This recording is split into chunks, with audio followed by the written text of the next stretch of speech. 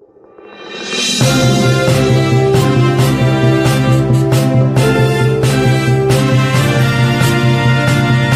जय श्री सीताराम, जय बालाजी महाराज। प्रेम से बोलो भक्तों, श्यावर रामचंद्र की जय, पवन पुत्र हनुमान की जय। प्यारे भक्तों, आज हम आपको जो मंत्र सुनाने जा रहा हूँ, यह मंत्र कोई साधारण मंत्र नहीं है। जी हाँ, आपने बिल्कुल सही सुना है। इस मंत्र को जो सुनाने जा रहा हूँ, ये साधारण मंत्र नहीं है। इस मंत्र को सुनकर 682 लोग बन चुके हैं अरबों के मालिक, और उनके जीवन से सारे कष्ट दूर हो गए हैं और वो राजाओं की जिंदगी जीने लगे हैं। तो प्यारे भक्तों, ये चमत्कार आपके साथ भी हो सकता है। परंतु भक्तों, यदि आपको संकट मोचन हनुमान जी महाराज पर पूरा विश्वास है और आपको बजरंग बली के प्रति दृढ़ विश्वास है, तो भक्तों, आज से आपके जीवन से सारे कष्टों का विनाश हो जाएगा। प्यारे भक्तों, मान्यता है कि यह मंत्र बहुत ही ज्यादा प्रभावशाली है। तो प्यारे भक्तों, आज की वीडियो को 10 मिनट सुनते ही आपको फर्क नजर आएगा। इस मंत्र का असर जोर तोड़ से शुरू हो जाएगा और आपको एहसास भी होगा और आपके जीवन से वर्षों पुरानी गरीबी अमीरी में बदल जाएगी। आप लाखों करोड़ों के मालिक बन जाएंगे। परंतु भक्तों, यह सब तभी संभव है जब आप सच्चे मन से पूरे विश्वास के साथ बालाजी का ध्यान करके इस मंत्र का जाप 108 बार करेंगे। हाँ, घबराने की आवश्यकता नहीं है।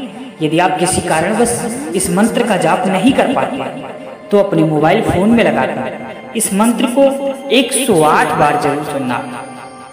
क्योंकि भक्तों, जब आप पूर्ण रूप से इस मंत्र का जाप 108 बार कर लेंगे, तो बालाजी की गुप्त शक्तियां आपके मन की कामनाओं को सुनकर आपके जीवन की सारी मनोकामनाओं को पूर्ण कर देंगे। तो भक्तों, चलिए इस मंत्र की शुरुआत करते हैं। लेकिन इससे पहले, अगर आप भी चाहते हैं कि बालाजी महाराज की कृपा आप पर हमेशा के लिए बनी रहे, तो दिल से एक लाइक इस वीडियो को अवश्य करें और कमेंट बॉक्स में जय श्री राम, जय हनुमान जी महाराज लिखकर अपनी हाजिरी लगाना बिल्कुल न भूलें। और ऐसे ही सनातन धर्म को आगे बढ़ाने के लिए हमारे चैनल को जरूर सब्सक्राइब करें। आइए इस महाबलशाली मंत्र का जाप शुरू करते हैं। ओम सर्वतंत्र स्वरूपिणे नमः। ओम कपिसेना नायकाय नमः। ओम सर्वतंत्र स्वरूपिणे नमः। ओम कपिसेना नायकाय नमः। ओम सर्वतंत्र स्वरूपिणे नमः। ओम कपिसेना नायकाय नमः। ओम सर्वतंत्र स्वरूपिणे नमः। ओम कपिसेना नायकाय नमः। ओम सर्वतंत्र स्वरूपिणे नमः। ओम कपिसेना नायकाय नमः। ओम सर्वतंत्र स्वरूपिणे नमः। ओम कपिसेना नायकाय नमः। ओम सर्वतंत्र स्वरूपिणे नमः। ओम कपिसेना नायकाय नमः। ओम सर्वतंत्र स्वरूपिणे नमः। ओम कपिसेना नायकाय नमः। ओम सर्वतंत्र स्वरूपिणे नमः। ओम कपिसेनानायकाय नमः। ॐ सर्वतन्त्रस्वरूपिणे नमः। ॐ कपिसेनानायकाय नमः। ॐ सर्वतन्त्रस्वरूपिणे नमः। ॐ कपिसेनानायकाय नमः। ॐ सर्वतन्त्रस्वरूपिणे नमः। ॐ कपिसेनानायकाय नमः। ॐ सर्वतन्त्रस्वरूपिणे नमः। ॐ कपिसेनानायकाय नमः। ॐ सर्वतन्त्रस्वरूपिणे नमः। ॐ कपिसेनानायकाय नमः। ॐ सर्वतन्त्रस्वरूपिणे नमः। ॐ कपिसेनानायकाय नमः। ॐ सर्वतन्त्रस्वरूपिणे नमः। ॐ कपिसेनानायकाय नमः। ॐ सर्वतन्त्रस्वरूपिणे नमः। ॐ कपिसेनानायकाय नमः। ॐ सर्वतन्त्रस्वरूपिणे नमः। ॐ कपिसेनानायकाय नमः। ॐ सर्वतन्त्रस्वरूपिणे नमः। ॐ कपिसेनानायकाय नमः। ॐ सर्वतन्त्रस्वरूपिणे नमः। ॐ कपिसेनानायकाय नमः। ॐ सर्वतन्त्रस्वरूपिणे नमः। ॐ कपिसेनानायकाय नमः। ॐ सर्वतन्त्रस्वरूपिणे नमः। ॐ कपिसेनानायकाय नमः। ॐ सर्वतन्त्रस्वरूपिणे नमः। ॐ कपिसेनानायकाय नमः। ॐ सर्वतन्त्रस्वरूपिणे नमः। ॐ कपिसेनानायकाय नमः। ॐ सर्वतन्त्रस्वरूपिणे नमः। ॐ कपिसेनानायकाय नमः। ॐ सर्वतन्त्रस्वरूपिणे नमः। ॐ कपिसेनानायकाय नमः। ॐ सर्वतन्त्रस्वरूपिणे नमः। ॐ कपिसेनानायकाय नमः। ॐ सर्वतन्त्रस्वरूपिणे नमः। ॐ कपिसेनानायकाय नमः। ॐ सर्वतन्त्रस्वरूपिणे नमः। ॐ कपिसेनानायकाय नमः। ॐ सर्वतन्त्रस्वरूपिणे नमः। ॐ कपिसेनानायकाय नमः। ॐ सर्वतन्त्रस्वरूपिणे नमः। ॐ कपिसेनानायकाय नमः। ॐ सर्वतन्त्रस्वरूपिणे नमः। ॐ कपिसेनानायकाय नमः। ॐ सर्वतन्त्रस्वरूपिणे नमः। ॐ कपिसेनानायकाय नमः। ॐ सर्वतन्त्रस्वरूपिणे नमः। ॐ कपिसेनानायकाय नमः। ॐ सर्वतन्त्रस्वरूपिणे नमः। ॐ कपिसेनानायकाय नमः। ॐ सर्वतन्त्रस्वरूपिणे नमः। ॐ कपिसेनानायकाय नमः। ॐ सर्वतन्त्रस्वरूपिणे नमः। ॐ कपिसेनानायकाय नमः। ॐ सर्वतन्त्रस्वरूपिणे नमः। ॐ कपिसेनानायकाय नमः। ॐ सर्वतन्त्रस्वरूपिणे नमः। ॐ कपिसेनानायकाय नमः। ॐ सर्वतन्त्रस्वरूपिणे नमः। ॐ कपिसेनानायकाय नमः।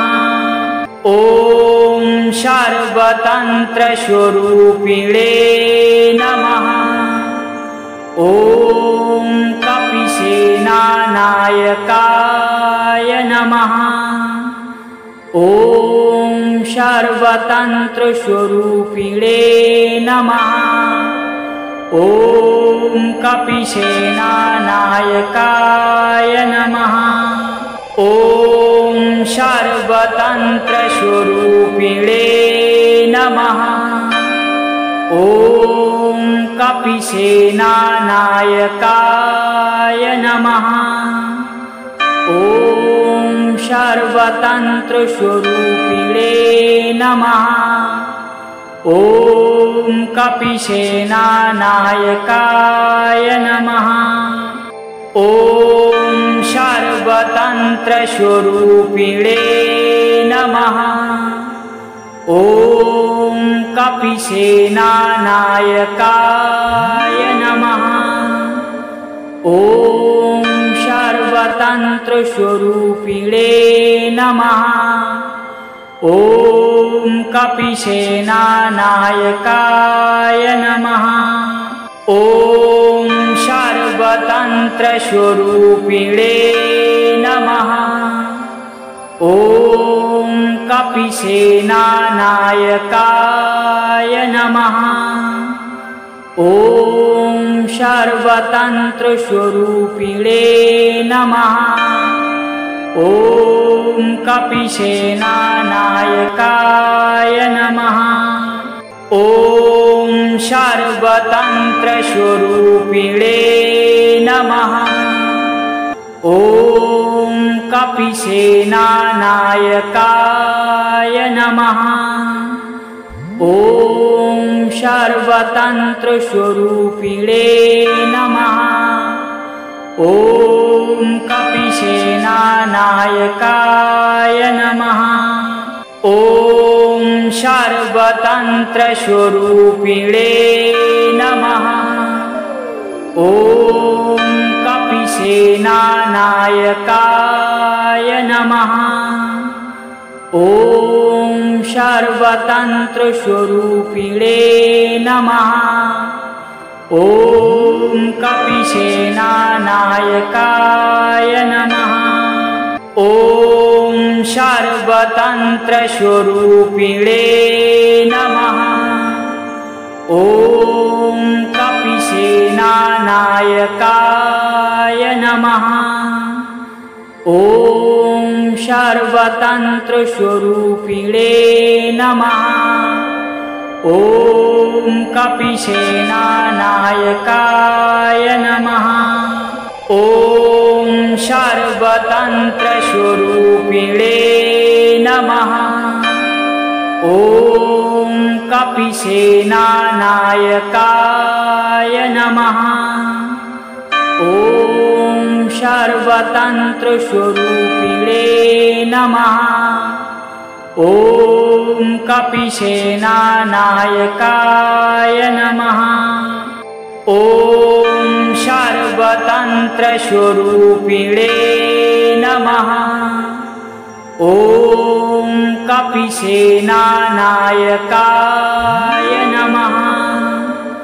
ॐ सर्वतन्त्रस्वरूपिणे नमः। ॐ कपिसेनानायकाय नमः। ॐ सर्वतन्त्रस्वरूपिणे नमः। ॐ कपिसेनानायकाय नमः। ॐ सर्वतन्त्रस्वरूपिणे नमः।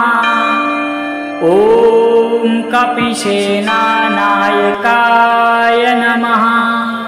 ॐ सर्वतन्त्रस्वरूपिणे नमः। ॐ कपिसेनानायकाय नमः। ॐ सर्वतन्त्रस्वरूपिणे नमः। ॐ कपिसेनानायकाय नमः। ॐ सर्वतन्त्रस्वरूपिणे नमः। ॐ कपिसेनानायकाय नमः। ॐ सर्वतन्त्रस्वरूपिणे नमः। ॐ कपिसेनानायकाय नमः। ॐ सर्वतन्त्रस्वरूपिणे नमः। ॐ कपिसेनानायकाय नमः। ॐ सर्वतन्त्रस्वरूपिणे नमः। ॐ कपिसेनानायकाय नमः। ॐ सर्वतन्त्रस्वरूपिणे नमः। ॐ कपिसेनानायकाय नमः। ॐ सर्वतन्त्रस्वरूपिणे नमः। ॐ कपिसेनानायकाय नमः। ॐ सर्वतन्त्रस्वरूपिणे नमः। ॐ कपिसेनानायकाय नमः। ॐ सर्वतन्त्रस्वरूपिणे नमः। ॐ कपिसेनानायकाय नमः। ॐ सर्वतन्त्रस्वरूपिणे नमः। ॐ कपिसेनानायकाय नमः। ॐ सर्वतन्त्रस्वरूपिणे नमः। ॐ कपिसेनानायकाय नमः। ॐ सर्वतन्त्रस्वरूपिणे नमः। ॐ कपिसेनानायकाय नमः। ॐ सर्वतन्त्रस्वरूपिणे नमः। ॐ कपिसेनानायकाय नमः। ॐ सर्वतन्त्रस्वरूपिणे नमः। ॐ कपिसेनानायकाय कपिसेनानायकाय नमः। ॐ सर्वतन्त्रस्वरूपिणे नमः। ॐ कपिसेनानायकाय नमः। ॐ सर्वतन्त्रस्वरूपिणे नमः। ॐ कपिसेनानायकाय नमः। ॐ सर्वतन्त्रस्वरूपिणे नमः। ॐ कपिसेनानायकाय नमः। ॐ सर्वतन्त्रस्वरूपिणे नमः। ॐ कपिसेनानायकाय नमः। ॐ सर्वतन्त्रस्वरूपिणे नमः। ॐ कपिसेनानायकाय नमः। ॐ सर्वतन्त्रस्वरूपिणे नमः। ॐ कपिसेनानायकाय नमः। ॐ सर्वतन्त्रस्वरूपिणे नमः। ॐ कपिसेनानायकाय नमः। ॐ सर्वतन्त्रस्वरूपिणे नमः। ॐ कपिसेनानायकाय नमः। ॐ सर्वतन्त्रस्वरूपिणे नमः। ॐ कपिसेनानायकाय नमः। ॐ सर्वतन्त्रस्वरूपिणे नमः। ॐ कपिसेनानायकाय नमः। ॐ सर्वतन्त्रस्वरूपिणे नमः। ॐ कपिसेनानायकाय नमः। ॐ सर्वतन्त्रस्वरूपिणे नमः। ॐ कपिसेनानायकाय नमः। ॐ सर्वतन्त्रस्वरूपिणे नमः। ॐ कपिसेनानायकाय नमः। ॐ सर्वतन्त्रस्वरूपिणे नमः। ॐ कपिसेनानायकाय नमः। ॐ सर्वतन्त्रस्वरूपिणे नमः। ॐ कपिसेनानायकाय नमः। ॐ सर्वतन्त्रस्वरूपिणे नमः। ॐ कपिसेनानायकाय नमः। ॐ सर्वतन्त्रस्वरूपिणे नमः। ॐ कपिसेनानायकाय नमः। ॐ सर्वतन्त्रस्वरूपिणे नमः। ॐ कपिसेनानायकाय नमः। ॐ सर्वतन्त्रस्वरूपिणे नमः। ॐ कपिसेनानायकाय नमः। ॐ सर्वतन्त्रस्वरूपिणे नमः। ॐ कपिसेनानायकाय नमः। ॐ सर्वतन्त्रस्वरूपिणे नमः। ॐ कपिसेनानायकाय नमः। ॐ सर्वतन्त्रस्वरूपिणे नमः। ॐ कपिसेनानायकाय नमः। ॐ सर्वतन्त्रस्वरूपिणे नमः। ॐ कपिसेनानायकाय नमः। ॐ सर्वतन्त्रस्वरूपिणे नमः। ॐ कपिसेनानायकाय नमः। ॐ सर्वतन्त्रस्वरूपिणे नमः। ॐ कपिसेनानायकाय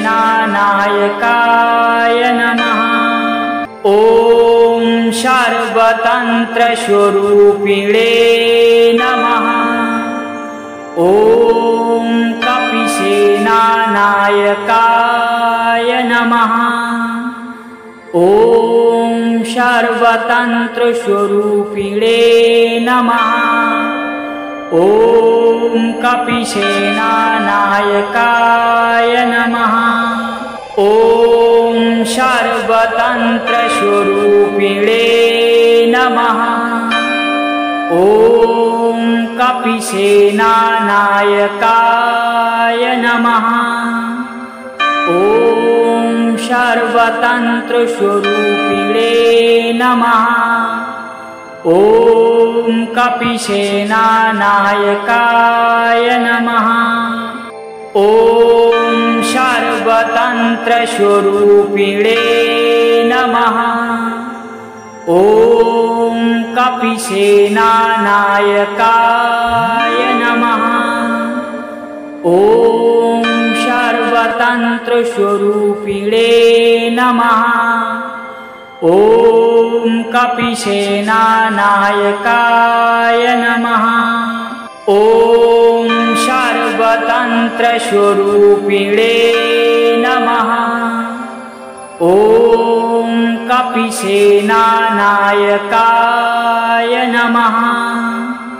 ॐ सर्वतन्त्रस्वरूपिणे नमः। ॐ कपिसेनानायकाय नमः। ॐ सर्वतन्त्रस्वरूपिणे नमः। ॐ कपिसेनानायकाय नमः। ॐ सर्वतन्त्रस्वरूपिणे नमः। ॐ कपिसेनानायकाय नमः। ॐ सर्वतन्त्रस्वरूपिणे नमः। ॐ कपिसेनानायकाय नमः। ॐ सर्वतन्त्रस्वरूपिणे नमः। ॐ कपिसेनानायकाय नमः। ॐ सर्वतन्त्रस्वरूपिणे नमः। ॐ कपिसेनानायकाय नमः। ॐ सर्वतन्त्रस्वरूपिणे नमः। ॐ कपिसेनानायकाय नमः। ॐ सर्वतन्त्रस्वरूपिणे नमः। ॐ कपिसेनानायकाय नमः। ॐ सर्वतन्त्रस्वरूपिणे नमः। ॐ कपिसेनानायकाय नमः। ॐ सर्वतन्त्रस्वरूपिणे नमः। ॐ कपिसेनानायकाय नमः। ॐ सर्वतन्त्रस्वरूपिणे नमः। ॐ कपिसेनानायकाय नमः। ॐ सर्वतन्त्रस्वरूपिणे नमः। ॐ कपिसेनानायकाय नमः। ॐ सर्वतन्त्रस्वरूपिणे नमः। ॐ कपिसेनानायकाय नमः। ॐ सर्वतन्त्रस्वरूपिणे नमः।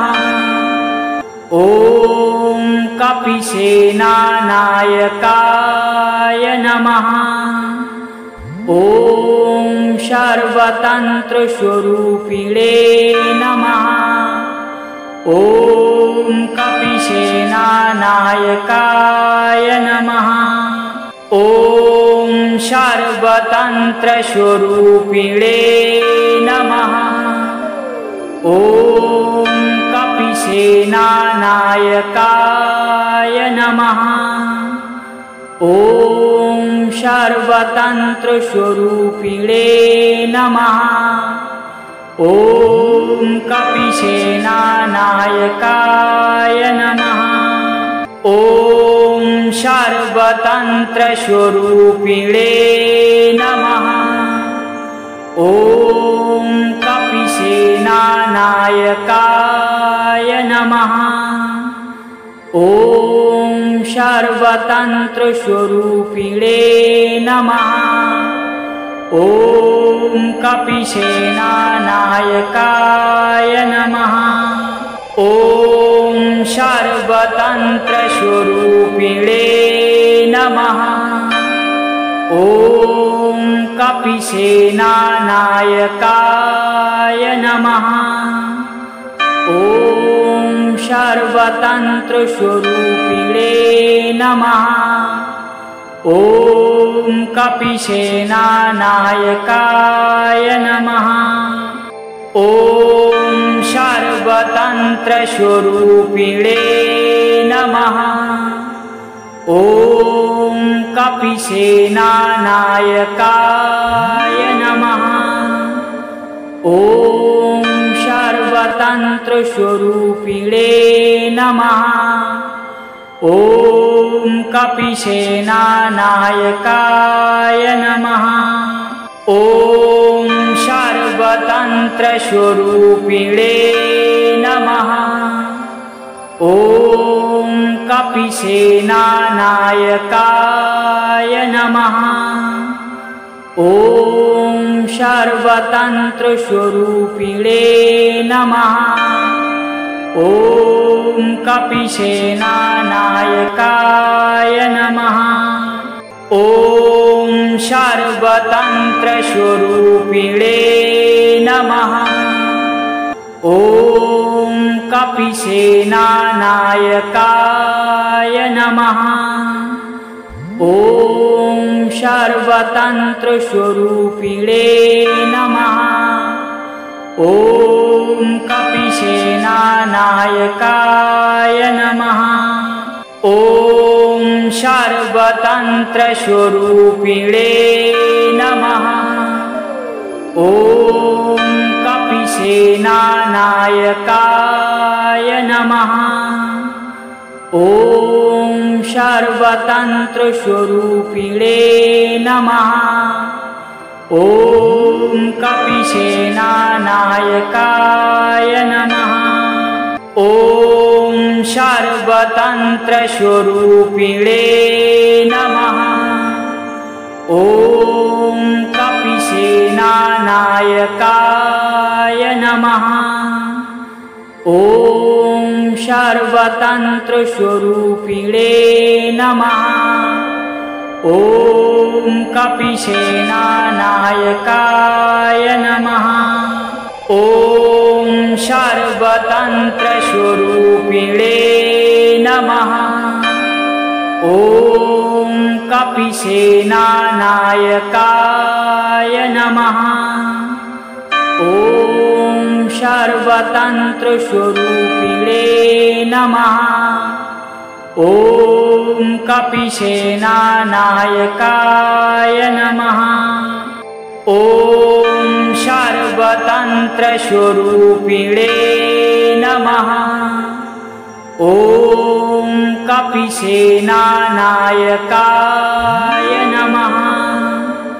ॐ सर्वतन्त्रस्वरूपिणे सर्वतन्त्रस्वरूपिणे नमः। ॐ कपिसेनानायकाय नमः। ॐ सर्वतन्त्रस्वरूपिणे नमः। ॐ कपिसेनानायकाय नमः। ॐ सर्वतन्त्रस्वरूपिणे नमः। ॐ कपिसेनानायकाय नमः। ॐ सर्वतन्त्रस्वरूपिणे नमः। ॐ कपिसेनानायकाय नमः। ॐ सर्वतन्त्रस्वरूपिणे नमः। ॐ कपिसेनानायकाय नमः। ॐ सर्वतन्त्रस्वरूपिणे नमः। ॐ कपिसेनानायकाय नमः। ॐ सर्वतन्त्रस्वरूपिणे नमः। ॐ कपिसेनानायकाय नमः। ॐ सर्वतन्त्रस्वरूपिणे नमः। ॐ कपिसेनानायकाय नमः। ॐ सर्वतन्त्रस्वरूपिणे नमः। ॐ कपिसेनानायकाय नमः। ॐ सर्वतन्त्रस्वरूपिणे नमः। ॐ कपिसेनानायकाय नमः। ॐ सर्वतन्त्रस्वरूपिणे नमः। ॐ कपिसेनानायकाय नमः। ॐ सर्वतन्त्रस्वरूपिणे नमः। ॐ कपिसेनानायकाय नमः। ॐ सर्वतन्त्रस्वरूपिणे नमः। ॐ कपिसेनानायकाय नमः। ॐ सर्वतन्त्रस्वरूपिणे नमः। ॐ कपिसेनानायकाय नमः। ॐ सर्वतन्त्रस्वरूपिणे नमः। ॐ कपिसेनानायकाय नमः। ॐ सर्वतन्त्रस्वरूपिणे नमः। ॐ कपिसेनानायकाय नमः। ॐ सर्वतन्त्रस्वरूपिणे नमः। ॐ कपिसेनानायकाय नमः। ॐ सर्वतन्त्रस्वरूपिणे नमः। ॐ कपिसेनानायकाय नमः। ॐ सर्वतन्त्रस्वरूपिणे नमः। ॐ कपिसेनानायकाय नमः। ॐ सर्वतन्त्रस्वरूपिणे नमः। ॐ कपिसेनानायकाय नमः।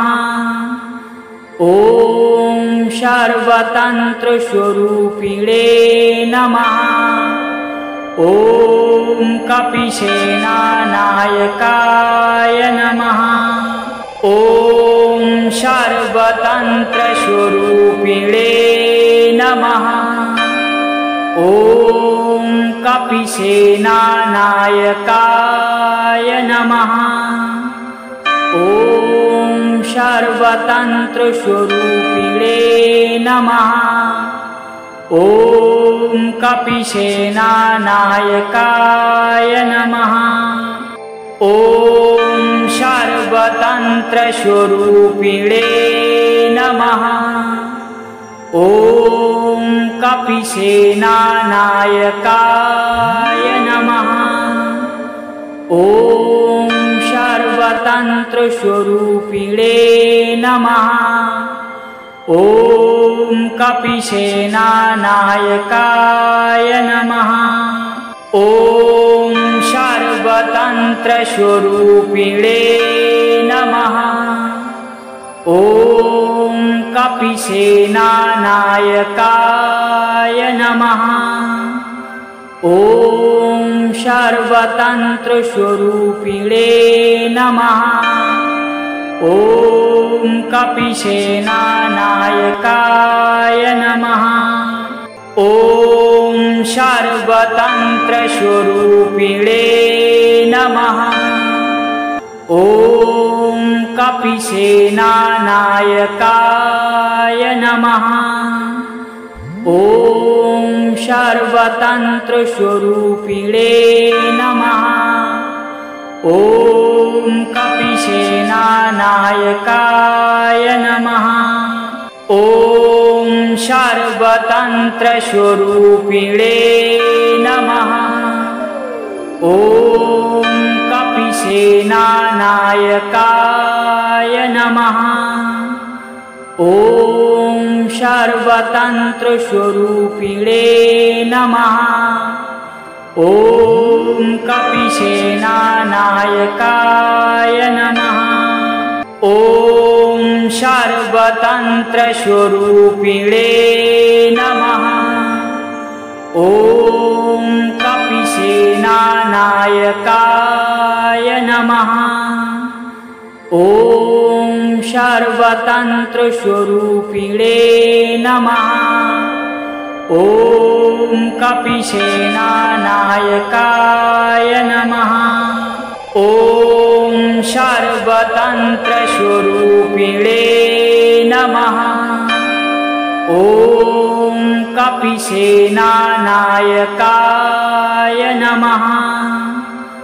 ॐ सर्वतन्त्रस्वरूपिणे नमः।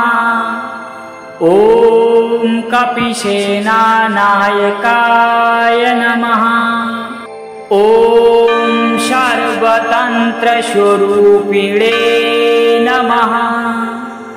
ॐ कपिसेनानायकाय नमः। ॐ सर्वतन्त्रस्वरूपिणे नमः। ॐ कपिसेनानायकाय नमः। ॐ सर्वतन्त्रस्वरूपिणे नमः। ॐ कपिसेनानायकाय नमः।